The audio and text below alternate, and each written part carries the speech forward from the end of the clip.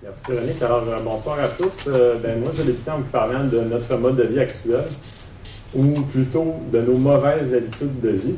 Donc, je vais débuter avec ce magnifique dessin qui montre un peu l'évolution de l'être humain. Okay? Donc, ce qu'on sait, c'est qu'avec l'évolution de l'être humain, au fil des années, on s'est développé d'une certaine manière pour faire face aux différentes comment je peux dire ça? Par rapport à l'environnement, différentes facettes de l'environnement. Donc, il a fallu qu'on s'adapte à l'environnement. Donc, on a notre motricité, nos fonctions cognitives se sont développées en fonction de ça pour qu'on s'en serve, pour être capable de survivre dans ça. Mais malheureusement, ce qui se passe, c'est qu'aujourd'hui, vous voyez à peu près, on est en tête de fil. Ce qu'on se rend compte, c'est qu'on ne se sert plus de ces capacités-là qu'on a développées. Okay? Donc, je pense que vous voyez un peu ça correspond à quoi? C'est un peu monsieur, madame, tout le monde qui est devant son ordinateur à la journée longue. Après ça, va aller prendre la voiture en position assise, va aller chez elle pour regarder la télévision. On se rassoit encore. Donc, en bout de ligne, on passe énormément de temps en position assise. Donc, qu'est-ce qui se passe? C'est sûr qu'à cause des technologies, tout est facile, tout est accessible. On vise le confort.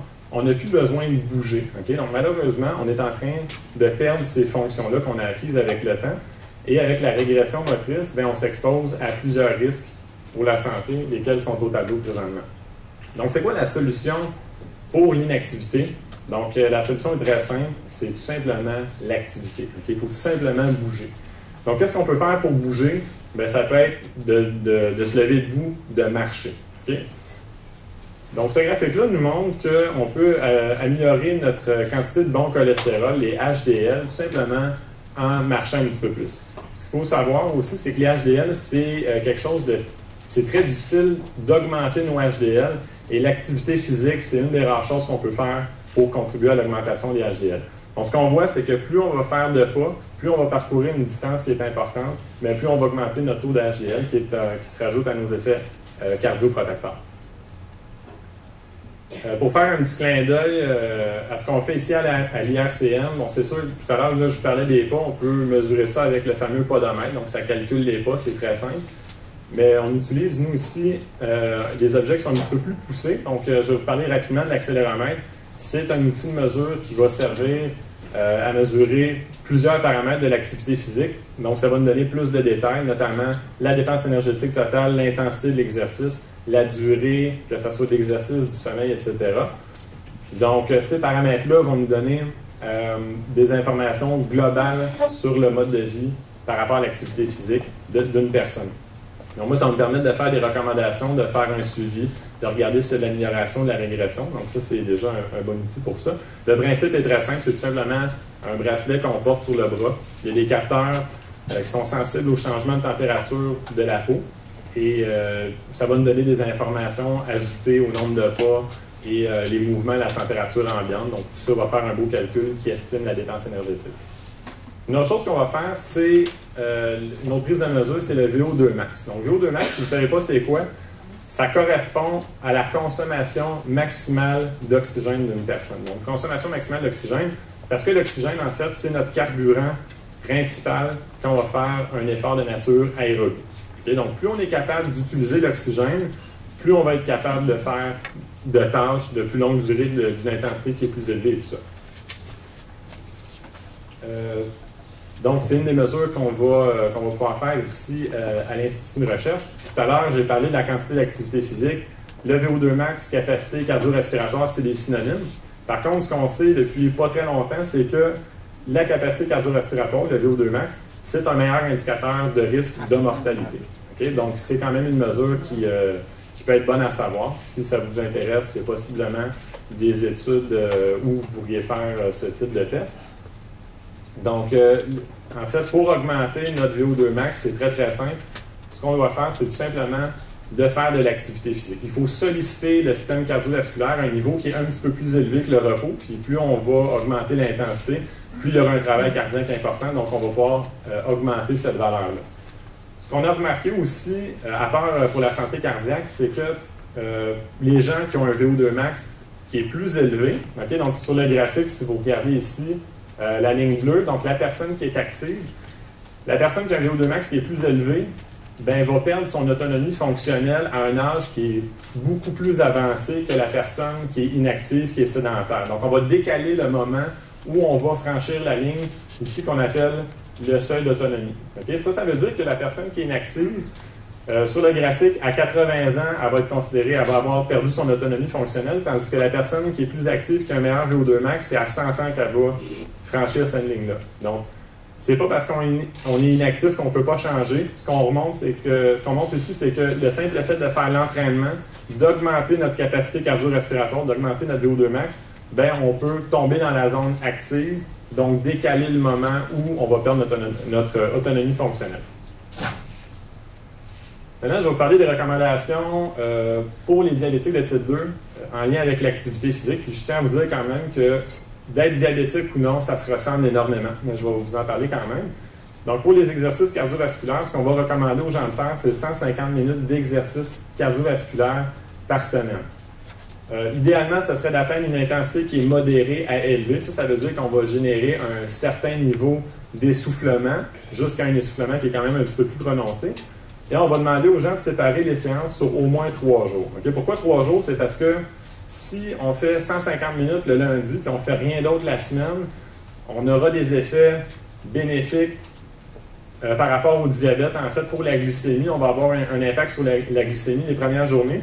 Par contre, ça va s'estomper. Tandis que si on en fait à tous les 2 jours, à tous les 3 jours, ben, l'effet va pouvoir perdurer dans le temps. Aussi, ben, c'est sûr que si on fait seulement l'activité physique une fois par semaine, c'est plus difficile de développer une bonne routine, des bonnes habitudes en matière d'activité physique.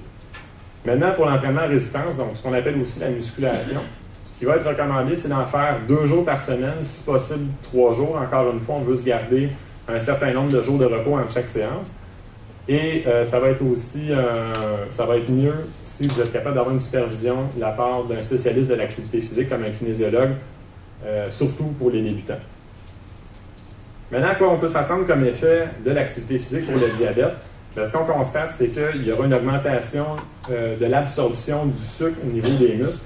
Donc ça, plus l'intensité va être importante, mais plus l'absorption va être grande. Donc on peut jouer un peu sur la glycémie de cette façon-là.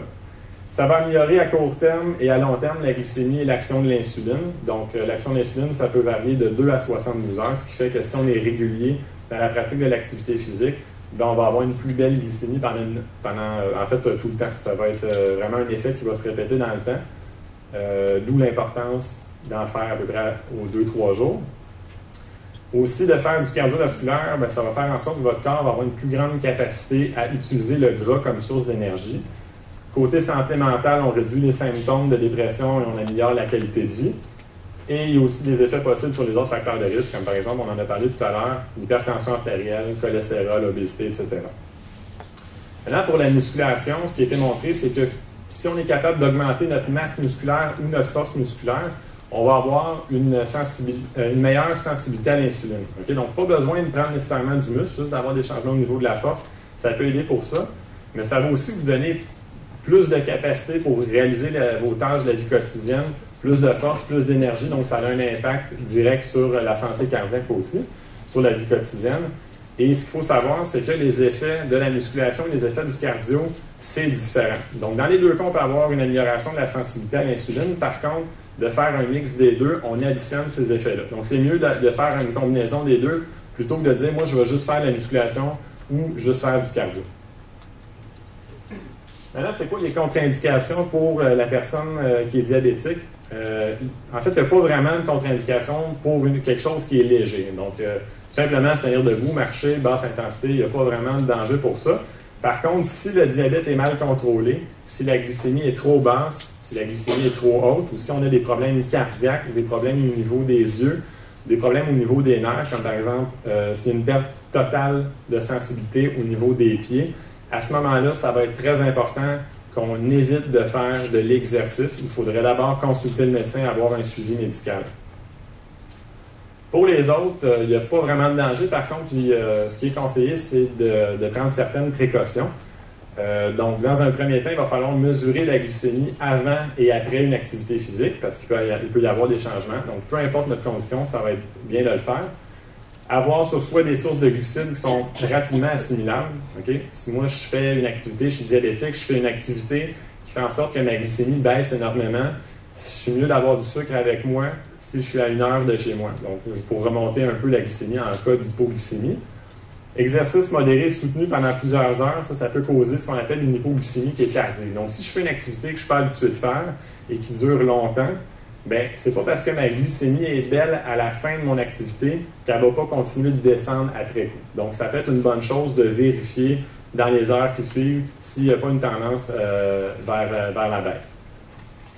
Autre chose qu'on va faire, ça va être de vérifier l'état de nos pieds avant et après une activité physique. Le pourquoi, c'est que si moi j'ai une perte de sensibilité au niveau de mes pieds et que j'ai un bobo, je ne m'en rends pas compte.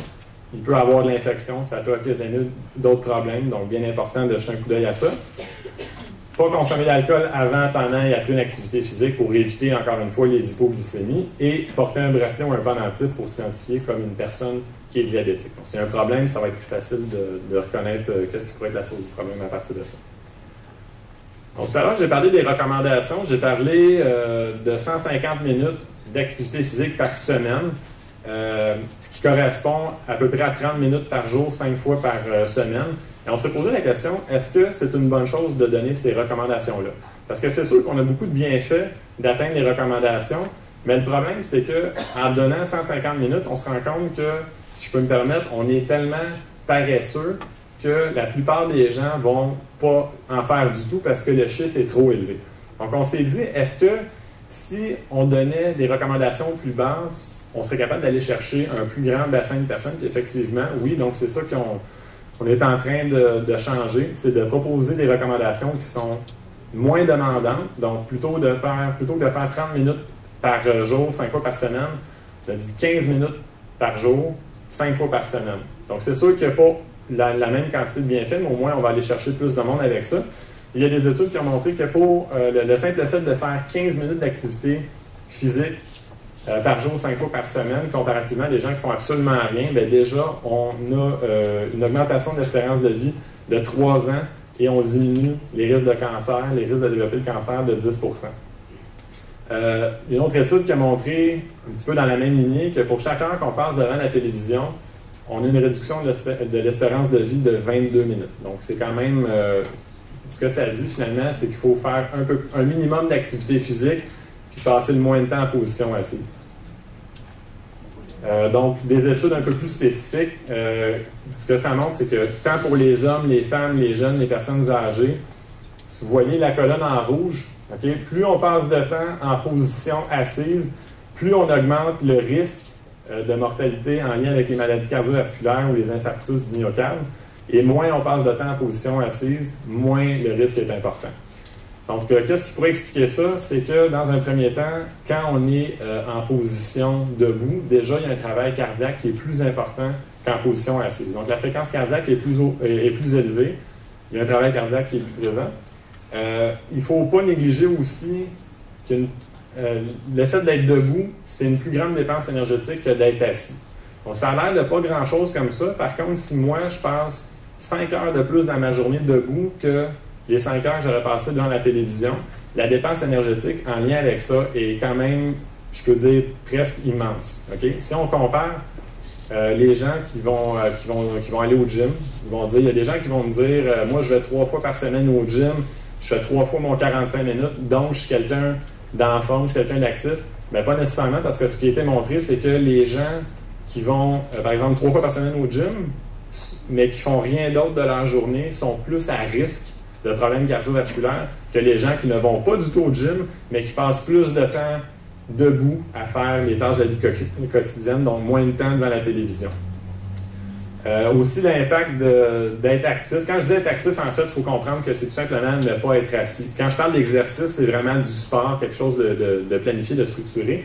Mais le fait d'être actif, donc passer plus de temps debout, ça a un impact qui pourrait être même plus important que de faire du sport sur certains risques de la maladie coronarienne, comme par exemple d'avoir un taux de glucose qui est élevé, d'avoir le diabète de type 2, les triglycérides élevés, les HDL qui sont bas aussi. Par contre, ce qu'il faut comprendre, c'est un peu, pour ce que j'ai mentionné pour le cardiovasculaire et la musculation, il y a des effets des deux côtés. des bienfaits qui sont indépendants. Donc, si vous faites plus d'activités, donc ce qu'on appelle le non-exercise physical activity, ça veut simplement dire si vous passez plus de temps debout et vous faites plus d'exercices, bien, c'est des effets, encore une fois, qui vont s'additionner. Là, je vais faire rapidement, je veux parler un peu des excuses parce que les gens qui ne veulent pas faire d'activité physique vont toujours me donner des excuses. Donc, ce que j'ai mis à l'écran, c'est les excuses classiques. Okay? C'est ce qui revient tout le temps. Et ce que je peux vous dire, c'est que pour chaque excuse, il y a toujours une solution. Okay? Donc, moi, je vais vous lancer un petit défi parce que tout à l'heure, il y aura la période de questions. Si vous pensez que vous avez une excuse pour ne pas faire de l'activité physique, je vous invite à l'écrire sur le bout de papier, puis tantôt, je vais tenter d'y répondre. Okay? Pour l'exercice, je vais revenir à l'exercice parce que souvent, les gens associent exercice avec gym. Donc, je dois aller au gym, c'est ça l'exercice, sinon, c'est rien d'autre, c'est marcher, puis c'est gym, c'est rien d'autre. Donc, il faut comprendre que l'exercice, ça peut se faire de différentes façons. Je vous donne quelques exemples, mais je veux surtout vous mentionner que le plus important, c'est vraiment de mettre l'emphase sur le plaisir, okay? Parce que c'est ça qui va vous motiver à continuer dans votre activité. Donc, par exemple, vous pouvez avoir le vélo, tennis, la natation, la marche, la course, que ce soit en montagne, à l'intérieur. Ça peut être aussi les machines qu'on retrouve au gym, tapis roulant, elliptique. Il y a la danse, ça peut être seul, ça peut être en couple, ça peut être en groupe. Le tai chi, il peut y avoir la musculation. Il y a aussi les activités ludiques, donc le Nintendo Wii qui a fait ses preuves dernièrement. C'est un jeu, mais on bouge quand même. C'est des mouvements qu'on ne ferait pas nécessairement si on n'avait pas cette plateforme de jeu-là. Et j'ai aussi mis le hula hoop parce que je trouvais ça intéressant. C'est une activité où il n'y a pas nécessairement de déplacement. Donc, les deux pieds sont au sol, on est statique. La seule chose qui bouge, c'est notre bassin. Par contre, même si c'est juste ça, ça occasionne une dépense énergétique qui est similaire à une marche de 6 à 7 km/h. Donc, ça, c'est une marche rapide puis très rapide pour certaines personnes. OK? Donc, il faut choisir une activité qu'on aime, c'est la clé pour qu'on continue. Puis pour conclure, je voulais simplement vous dire que peu importe l'excuse que vous pourriez avoir, il faut toujours vous rappeler que votre santé, ça devrait toujours être une priorité. Donc, la seule chose qui vous reste à faire, c'est de passer à l'action.